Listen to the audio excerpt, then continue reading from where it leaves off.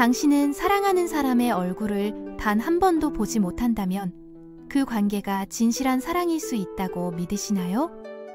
완전한 어둠 속에서만 만나는 연인, 그리고 그 비밀을 지키지 못했을 때 벌어지는 파멸적인 결과.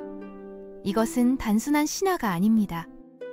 인간의 가장 깊은 욕망과 질투, 그리고 사랑의 본질에 대한 영원한 질문을 담고 있는 이야기죠.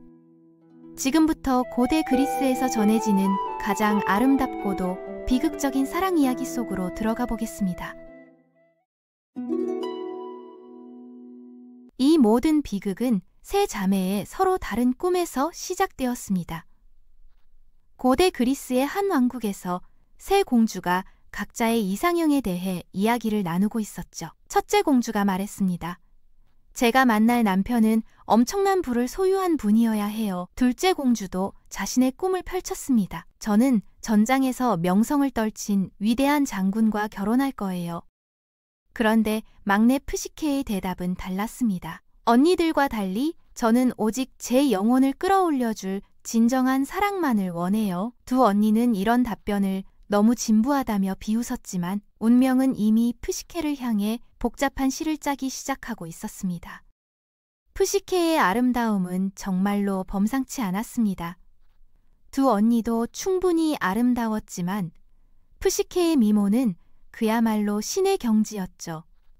그녀의 명성은 왕국을 넘어 멀리까지 퍼져나갔고 사람들은 그 유명한 공주를 한 번이라도 보기 위해 수백 리 길을 마다하지 않았습니다. 그런데 여기서 문제가 발생했습니다. 푸시케에 대한 찬사와 숭배가 너무 과도해진 나머지 사람들이 미의 여신 아프로디테에게 바치던 제물과 경배를 푸시케에게 돌리기 시작한 것입니다. 아프로디테의 신전은 점점 한산해졌고 대신 푸시케를 따르는 행렬이 날마다 이어졌죠. 이를 지켜본 아프로디테의 분노는 하늘을 찔렀습니다. 자신의 신전이 텅 비어가는 모습을 보며 여신은 아들 에로스를 불러들였습니다. 사랑하는 아들아, 저 건방진 필멸자가 감히 자신을 우리 신들과 동등하다고 여기고 있구나. 내 화살로 그녀를 징벌해야 한다. 밤이 되거든 그녀가 세상에서 가장 추악하고 끔찍한 존재와 사랑에 빠지도록 만들어라. 에로스는 어머니의 명령을 받들어 왕궁으로 향했습니다. 은밀하게 푸시케의 방으로 들어간 그는 침대에서 평화롭게 잠들어 있는 공주를 발견했죠. 과연 어머니가 질투할 만한 아름다움인지 확인하려던 에로스는 푸시케의 얼굴을 보는 순간 충격에 빠졌습니다. 이런 완벽한 아름다움이 실제로 존재할 수 있다니. 에로스는 완전히 매혹되었습니다. 푸시케의 미모는 정말로 신들조차 질투할 만한 것이었죠. 그녀의 고운 숨결과 평온한 표정을 바라보던 에로스는 자신도 모르게 흔들렸고 그 순간 푸시케가 잠결에 몸을 뒤척였습니다. 이 예상치 못한 움직임에 당황한 에로스는 균형을 잃었고 실수로 자신의 사랑의 화살에 찔리고 말았습니다. 순간 강렬한 사랑의 감정이 그를 휩쓸었죠. 어머니의 복수를 실행하러 왔던 에로스는 오히려 자신이 푸시케와 운명적인 사랑에 빠지게 된 것입니다. 상처를 입은 에로스는 임무를 완수하지 못한 채 도망치듯 그 자리를 떠났습니다. 푸시케는 무슨 일이 일어났는지 전혀 모른 채 평범한 일상을 이어갔죠. 하지만 이상한 현상이 나타나기 시작했습니다. 시간이 흐를수록 더욱 이상한 일이 벌어졌습니다. 푸시케는 여전히 모든 사람의 사랑과 찬사를 받았지만 정작 그녀에게 청혼하는 남자는 아무도 없었던 것입니다. 반면 그녀의 언니들은 이미 훌륭한 남성들과 행복한 결혼을 이뤘죠. 왕은 딸을 달래려 했지만 마음속 걱정은 날로 깊어갔습니다. 그는 에로스가 푸시케를 사랑하게 되어 다른 어떤 남자에게도 그녀에 대한 사랑을 일으키지 않고 있다는 진실을 알지 못했죠. 결국 왕은 답을 구하기 위해 델포이의 신탁소를 찾았습니다. 그런데 아폴로 신이 내린 신탁은 충격적이었습니다.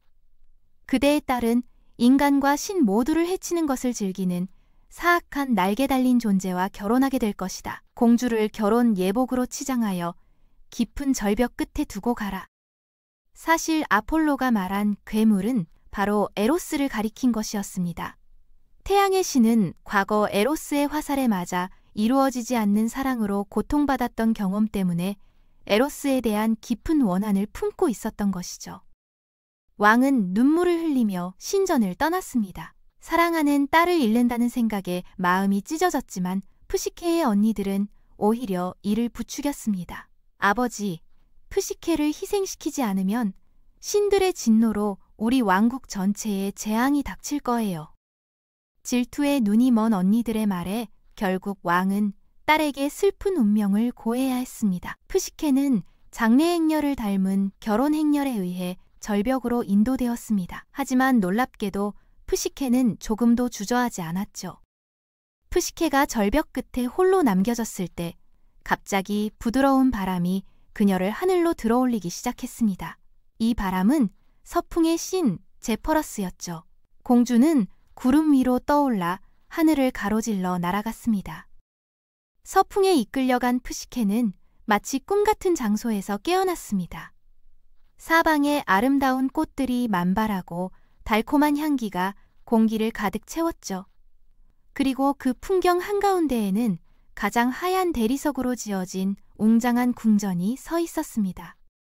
푸시케가 궁전으로 이어지는 계단을 올라가며 둘러본 광경은 그야말로 경이로웠습니다.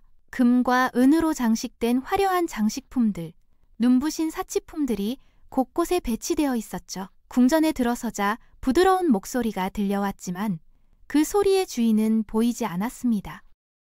공주님, 지금 보시는 모든 것이 당신의 것입니다. 저희는 당신이 원하시는 모든 것을 도와드릴 수 있어요. 푸시케 주변에는 아무도 보이지 않았지만 그녀는 이들이 보이지 않는 하인들임을 직감했습니다. 그들은 그녀를 목욕시키고 식사를 돕고 아름다운 노래를 불러주었죠.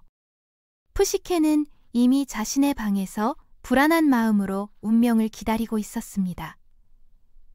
밤의 여신 닉스가 하늘을 완전히 뒤덮었고 방은 완전한 어둠에 잠겼죠. 어떤 형체도 볼 수 없을 정도였습니다. 그때 푸시케는 창문을 통해 무언가가 들어오는 기척을 느꼈습니다. 새로운 남편의 존재를 감지했고 목에 그의 따뜻한 숨결을 느낄 수 있었죠.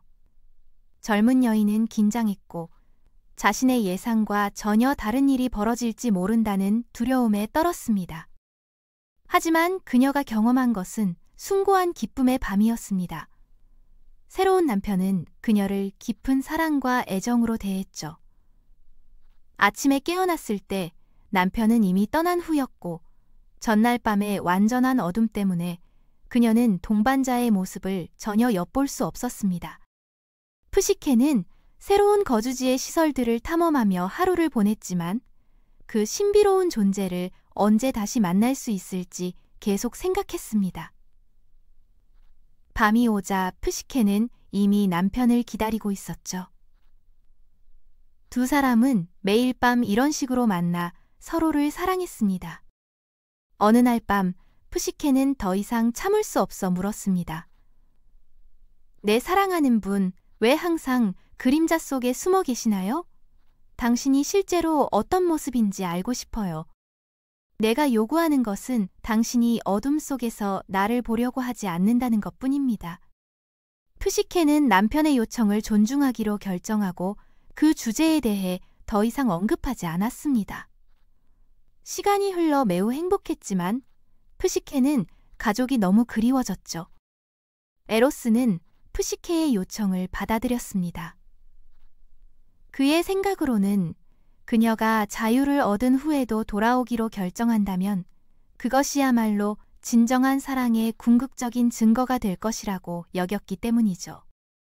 푸시케의 가족들은 다시는 볼 수 없을 것이라고 생각했던 소녀의 귀환에 깜짝 놀랐고 그 귀환은 그야말로 승리 같았습니다. 푸시케는 가장 아름다운 보석들로 치장되어 있었고 마치 가장 부유한 여왕처럼 보였죠. 질투심 많은 언니들은 푸시케가 가족들에게 아름다운 선물들을 나누어 주는 동안 그녀가 하는 이야기를 믿지 않았습니다. 서풍 제퍼러스가 푸시케와 그녀의 언니들을 천상의 궁전으로 이끌었습니다. 그곳에 도착했을 때 그들은 여동생이 말한 모든 것이 사실이라는 것을 깨달았지만 이것은 언니들을 더욱 질투하게 만들 뿐이었죠. 시기심에 가득 찬 언니들은 푸시케의 관계를 파괴하기로 결심했습니다. 모든 것이 멋져 보이긴 하지만 신탁이 말한 것을 기억하지 못하니? 너는 괴물과 결혼했고 그는 네 죽음의 원인이 될 거야. 그가 잠들었을 때 이렇게 해. 칼을 들고 등불을 켜서 그 괴물의 정체를 확인한 후 목을 베어버려. 언니들이 떠난 후 푸시케의 마음에는 불신의 씨앗이 심어졌습니다. 밤이 되었고 남편은 이미 그녀 옆에서 잠들어 있었죠. 젊은 여인은 칼과 작은 등불을 가지고 침대로 다가갔습니다. 등불을 켜는 순간 푸시케가 본 것은 괴물이 아니라 신성한 아름다움을 지닌 젊은 남자였습니다. 그녀는 남편의 숨막힐 듯한 아름다움을 바라보기 위해 더 가까이 다가갔고 그가 분명 신임에 틀림없다고 확신했습니다. 하지만 그 순간 등불에서 뜨거운 기름 한 방울이 실수로 떨어져 에로스의 가슴에 떨어졌습니다. 그는 화상의 고통에 놀라 깨어났고 칼을 든 푸시케와 마주쳤죠. 어떻게 이렇게 어리석을 수 있지? 내 사랑에 이렇게 보답하는 거야? 나를 괴물이라 생각하고 목을 베려고 했던 거야? 용서해줘요, 내 사랑. 제가 실수했다는 걸 알아요. 하지만 우리는 이것을 바로잡을 수 있어요. 내가 너에게 단 한 가지만 부탁했는데 너는 그것조차 지킬 수 없었구나.